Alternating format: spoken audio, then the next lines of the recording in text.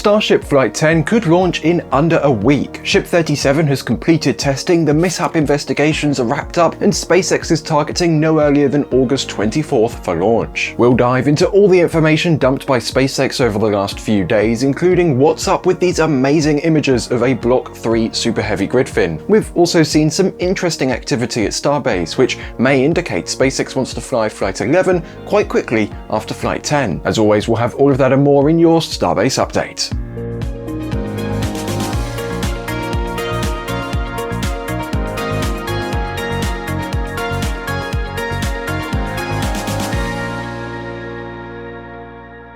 Let's start off the week with Ship 37's testing, since that's the ship set to launch on Starship's next flight. Last week, we mentioned that all signs were pointing to a possible retest of Ship 37, given a number of predicaments. All the hardware for the ship testing on the orbital launch mount had been partially removed and then reinstalled, we had seen a potential engine swap being done on Ship 37, and they were testing the pad for more ship testing. Well, Ship 37 indeed rolled out to the pad early in the week, and was once again installed on the orbital launch mount. SpaceX went for an attempt to test Ship 37 on August 12th, but shortly after the start of propellant load on the vehicle, said propellant load appeared to stop. During the little time that propellant was being loaded into Ship 37, we were able to see some kind of cryogenic liquid dripping from one of the flexible hoses attached to the ship. The speculation at the time was that perhaps this flexible hose had developed a leak, and it was potentially dripping cryogenic propellant down the launch mount. This would no doubt force SpaceX to stop the propellant load and take a look at the connections, and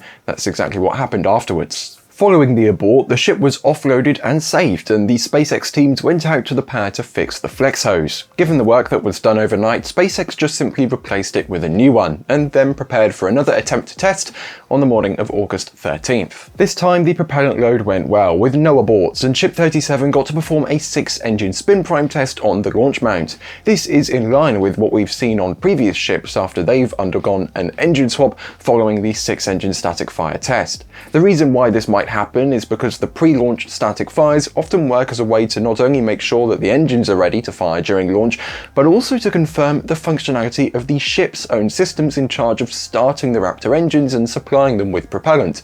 The Raptor engines are already individually tested at McGregor, and for much longer durations than those seen on the ship engine tests. Since that functionality was already tested during the 6-engine static fire test, an engine swap would only need to make sure that the new engine is hooked up adequately and that there are no leaks. During a spin prime test, only the Raptor's pumps are started, with the ship injecting a high pressure gas to make them spin.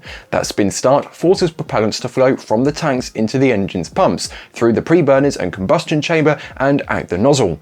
It's also why we see a big white cloud come out of the aft end of the vehicle when this happens. Having completed the spin prime test, SpaceX quickly removed Ship 37 from the launch mount and began the launch preparations. Barely 48 hours later, on August 15th, the FAA released a statement saying that the Flight 9 mishap reports had been closed out and that Flight 10 was good to go from a regulatory standpoint. This was followed by SpaceX releasing a deluge of information regarding the events of Flight 9, Ship 36's explosion, and what's planned for Flight 10. Flight 9 featured Booster 14 on its second flight as the Super Heavy first stage, and Ship 35 as the Starship second stage. The flight had a mission profile similar to the previous two flights, with the exception that Booster 14 was to be expended in the Gulf. Booster 14's ascent went successfully, just like all previous booster ascents since Flight 3. For the first time, Flight 9 featured a controlled flip following hot staging. This was achieved by blocking a small portion of the vents on the hot staging ring, which created the slight push necessary for the booster to flip up instead of in any random direction. Following hot staging, Booster 14 had a mission objective to enter Earth's atmosphere at a higher angle of attack, which is the angle between the booster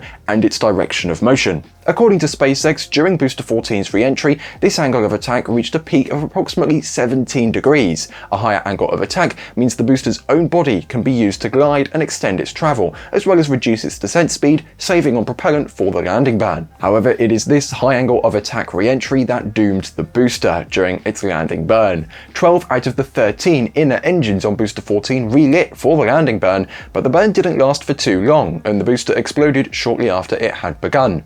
SpaceX said in its update that they believe the higher forces of entry on the booster broke its fuel transfer tube, and that it resulted in the mix of methane and oxygen leading to an explosion. The fuel transfer tube is a thin but long tube that runs through the center of the liquid oxygen tank, transferring fuel from the main methane tank down to the engines, hence its name. A long and thin tube is more prone to breaking if subjected to high bending and compression forces. Booster 14's explosion during Flight 9 perfectly explains why SpaceX is moving to a much thicker transfer tube for the next generation of boosters. This higher angle of attack entry profile might be the norm for Block 3 Super Heavy vehicles, so you don't want to have the potential for that transfer tube to break at any point during that entry. Block 3 won't fly until at least Flight 12 though, so for the time being, SpaceX's Block 2 solution is simply to not fly such an aggressive angle of attack so that they don't blow up on landing. Booster 14's demise was not a surprise. We all knew ahead of time that its entry and landing were highly experimental and a failure was more than likely. Ship 35, on the other hand, had to beat the odds and do better than the previous two ships, since they never ended up completing their ascent burns. Ship 35 did complete its ascent burn during Flight 9, but unfortunately it lost attitude control and was therefore lost during re-entry. SpaceX believed the most probable root cause for the loss of Ship 35 was a failure in the main fuel tank pressurization system diffuser. Say that 10 times fast. Like many liquid-fueled rockets, Starship's main propellant tanks are pressurized during the flight. This pressurization allows the tank to better sustain the loads of flight and provide a back pressure for the engine pumps. Also, like in most rockets, the gas used on the pressurization system is either produced by or warmed up by the engines. Starship's case is the former. So to move this pressurization gas to where it needs to be, there are pressure lines that run from the engine section up to the top of each tank. Normally at the end of that line and right at the top of the tank is a diffuser, a piece of hardware that sort of resembles a soda can with lots of little holes.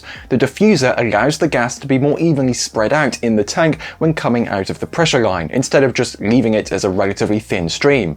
It is the diffuser located at the top of the ship's methane tank that failed and caused the vehicle's destruction. But don't think the sequence of events leading up to the end of the ship was anything simple. It was a very long and painful domino effect. According to SpaceX, the first signs of trouble occurred approximately 3 minutes after hot staging, when sensors in the nose cone detected a steady increase in methane levels. This was likely as a result of the diffuser starting to fail. About 5 minutes into the ship's burn, they then saw a drop in the main tank's pressure, while the pressure in the nose cone increased. Despite this, the ship was able to continue and finish the burn, as we all saw. It isn't that much of a stretch to assume that at this point the diffuser had likely completely failed, and the pressurization gas, instead of reaching the main methane tank, actually ended up in the nose cone volume. A reminder that the top of the methane tank is literally the bottom of the nose cone volume. SpaceX then says that, quote, after engine shutdown, the elevated nose cone pressure combined with the planned nose cone venting led to a large amount of attitude error, which continued to build up until the vehicle's automatic fault systems disabled the nose cone venting. It's very likely that this planned nose cone venting had something to do with releasing pressure from inside the nose cone ahead of the planned Starlink simulator deployment. Since the payload bay door opens inwards, a higher internal pressure would prevent the door from opening. As SpaceX says, that's in fact what happened, since the nose cone was holding a higher pressure due to the failure of the diffuser. They also say the attitude error was part of the reason to skip the payload deployment experiment. With the nose cone vents closed, SpaceX said the ship was able to decrease its attitude error using its thrusters. But it was the high attitude error in the first place that stopped the nose cone venting, so with the attitude error coming down, the nose cone venting was re-enabled. According to SpaceX, about 40 seconds after that venting was re-enabled, they saw via the onboard cameras liquid methane entering the nose cone and temperatures on multiple sensors and controllers starting to drop. At this point, it is very likely that all of this venting, holding pressure, and venting again prompted the liquid methane in the main tank to float up to the top and leak through the failed diffuser. SpaceX says that the drop in temperatures triggered an automatic passivation of the vehicle, which resulted in the ship skipping the in-space Raptor relight and the venting of all remaining propellant into space. With all the tanks vented, there was no pressure to drive the vents that act as the ship's attitude control system. At this point, Ship 35 was essentially a dead weight with some flaps floating through space. There was no way of controlling the vehicle, and therefore no way for it to survive re-entry. That was quite the sequence of events, wasn't it? Quite literally a wild ride for Ship 35. As part of the investigation, SpaceX engineers replicated this issue at the company's test facility in McGregor, Texas. Based on the lessons learned, the diffuser system has been redesigned to both better direct the pressurized gas into the main fuel tank and also decrease the strain on its structure. The new diffuser design has undergone several qualification tests and it is now ready to be flown on Flight 10. Now, one thing you might be wondering is, if it was such a small component that failed in relation to the size of Starship, why did it take so long for the mishap report to be concluded? Well, the mishap reports are not conducted by the FAA, they're led by SpaceX and are then submitted to the FAA, which then decides whether the report is good enough or not. It's very likely SpaceX did a lot of these changes immediately after Flight 9, but since these changes are flying on Flight 10, they needed to be verified during pre-flight testing, so to finalize the report, they probably needed that pre-flight testing to be complete. And if you remember from June, SpaceX lost what was going to be the ship for this flight, Ship 36, to an explosion during pre-launch testing. After that, they decided to move on to the next ship, Ship 37, to carry out Flight 10. As we pointed out earlier in the episode, it wasn't until this week that Ship 37 completed its pre-flight testing, so perhaps it's not a coincidence that the mishap investigation was closed a few days later. As part of SpaceX's dump of information, they also explained what happened with Ship 36. As I'm sure you remember, on June 18th, Ship 36 was preparing for a 6-engine static fire test, likely the final test prior to its planned flight. However, about 10 minutes before the Raptors were to ignite, Ship 36 exploded in a big fireball, which not only destroyed the vehicle, but also a lot of the ground infrastructure at the Massey's outpost. At the time, SpaceX said that their preliminary analysis indicated a failure of one of the ship's composite overwrapped pressure vessels, or COPVs, inside the nose cone. Here at NSF, at the time, we even pinpointed where in the nose cone that COPV could have been located, based on what we know about the quantity and locations of the COPVs inside the nose cone and the footage from our field team. In this week's update, SpaceX says the most probable root cause for the failure of Ship 36 was identified as undetectable or underscreened damage to one of the COPVs inside the nose cone. This means that the COPV had been damaged at some point in its lifetime, and this was not detected. This damage led to the failure of the COPV, even at the pressures they are meant to handle under normal operations. Going forward, SpaceX says that the COPVs are to be operated at a lower pressure, and they'll be further inspected and proof tested before being loaded.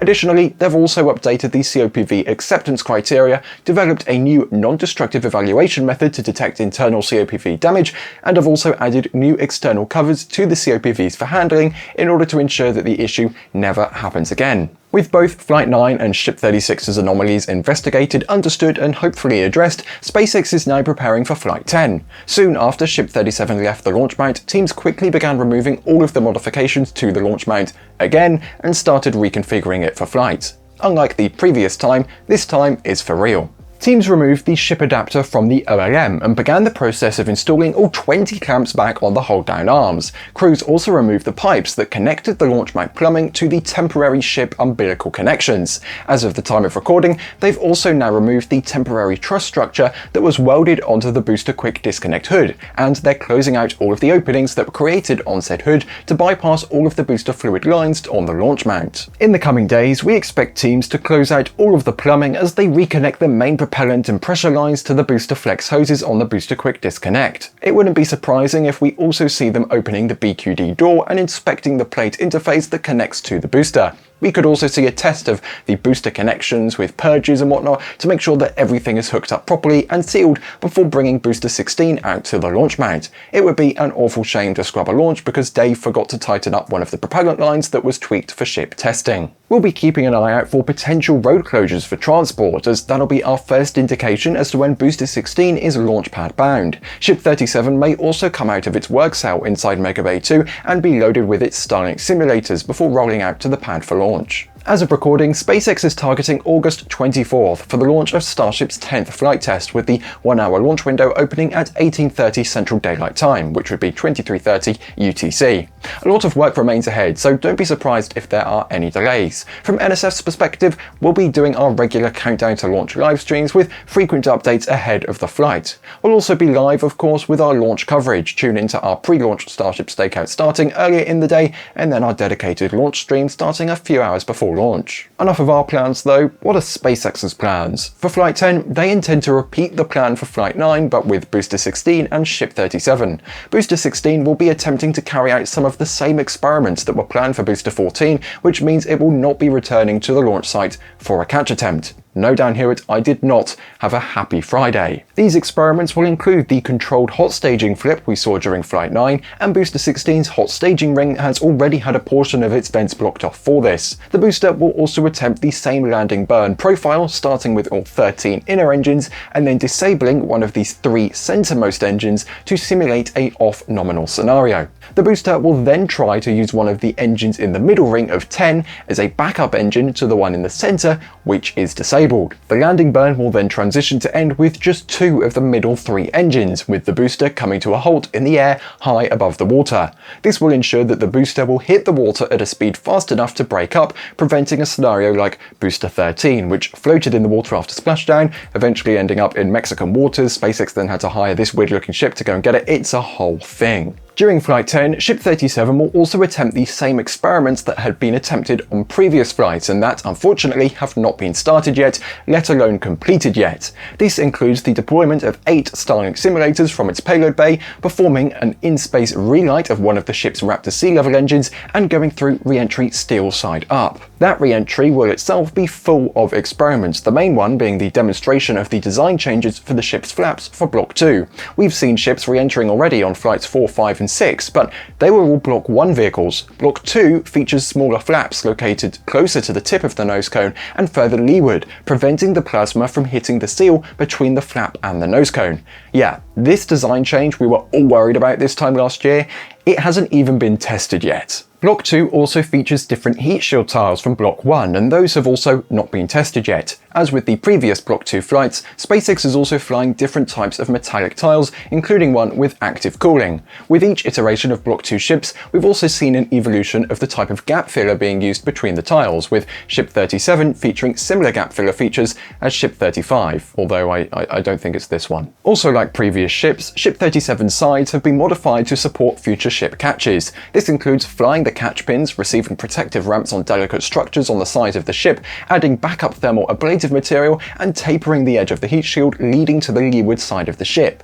These features should enable future ships to not only survive re-entry, but also get caught by the tower arms for rapid reusability, so it's got to be tested during an actual re-entry before bringing a ship to Starbase from orbit. Lastly, also like on the previous tests, SpaceX wants to stress test the aerodynamic controls of Starship. Therefore, Ship 37 will fly a more aggressive entry profile that will stress the structural limits of the aft flaps. Very much like Booster 14, don't be too surprised if the ship breaks up during re-entry because of that. But please, Starship, no more diffuser nonsense this time. Please, just no more nonsense, no more nonsense. Besides all the information about Flight 9 and 10 and the Ship 36 explosion, SpaceX also gave us information and pictures about the grid fin design that will be used on the next generation of Super Heavy boosters. In the initial pictures, SpaceX revealed the first completed grid fin for a Block 3 booster. The company said in the post on X that the grid fins are 50% larger and they are much stronger. They also confirmed the move from 4 fins to 3 fins that will allow the booster to fly at higher angles of attack, which, as said earlier in the video, allows the booster to use its own body to glide further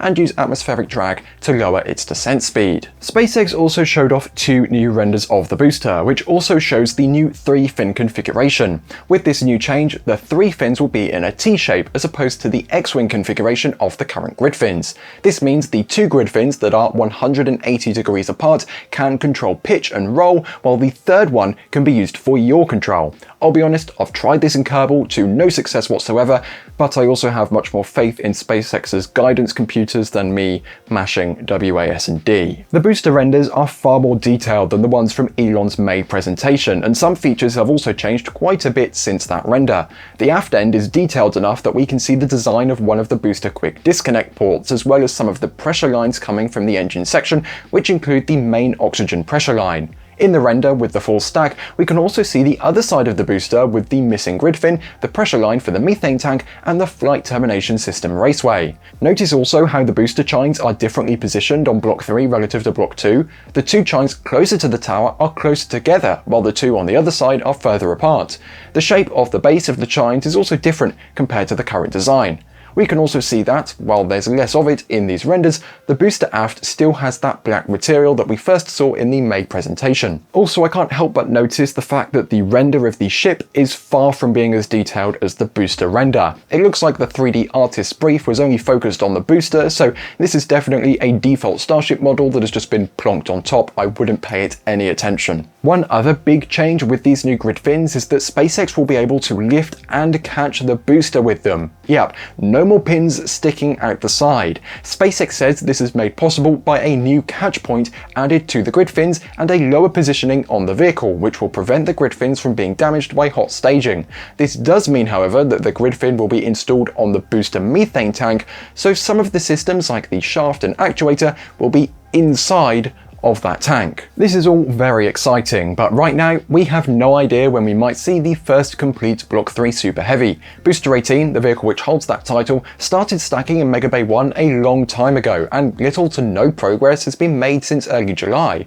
Perhaps they may be waiting on test data that they were missing from testing the B18.1 test tank at Massey's. Following Ship 36's explosion, the site remained offline for a bit, and it had only been active lately with Ship 38's cryo-proof testing. Booster 18.1 is a Block 3 aft section test article, which also includes part of the internal transfer tube structure. The article was installed at the Massey's structural test stand, which apparently SpaceX nicknames the Super Crusher. We're still investigating what happened to the Giga Crusher, Mega Crusher, High Crusher, Mid Crusher, and Wind Crusher. After several weeks of inactivity, B18.1 has resumed testing, so perhaps SpaceX can gather whatever test data remained to be gathered from it when Ship 36's explosion happened. Presumptively joining Booster 18, Ship 39 is the first of the Block 3 ships. We've been keeping track of its nose cone through the windows of the Star Factory, and this week teams have moved the nose cone over to another location inside the building. During the move, the nose cone was lifted and we were able to see that it's got several tiles installed on the bottom portions of the nose cone. When we first saw it being lifted, we thought it would be to begin stacking the nose cone on top of the payload bay section, but that didn't happen at the time. It did happen though the night after, and we can now finally say that stacking of a Block 3 ship has begun. Now, of course, this is just the first of many steps in the process of building Ship 39, but it's an important step nonetheless, and it is worthy of celebration. Before Ship 39 flies though, we're expecting to see Ship 38 flying. Fingers crossed another ship doesn't suddenly become unavailable.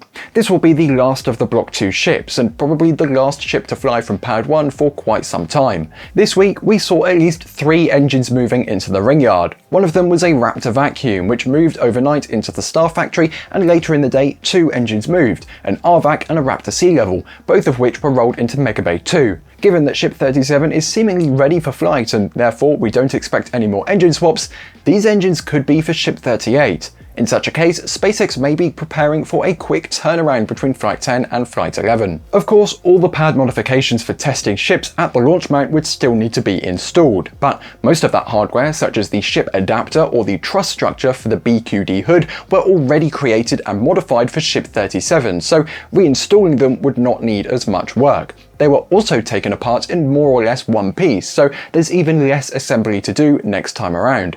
We're assuming there will also be some sort of booster testing before Flight 11, so it'll be interesting to see how they fit all of that into the timeline. Given we're just mere days away from Flight 10, when do you think Flight 11 may happen? Do you think it would be possible to fly in September? Let us know down in the comments. There were of course some other events that happened this week, but those would make this video even longer than it already is. Hopefully by this time next week we'll be talking about Ship 37 being safe and snug in the Indian Ocean and Booster 16, well, being in bits at the bottom of the Gulf. On that positive note, I've been Caton for NSF. Thanks for watching and goodbye.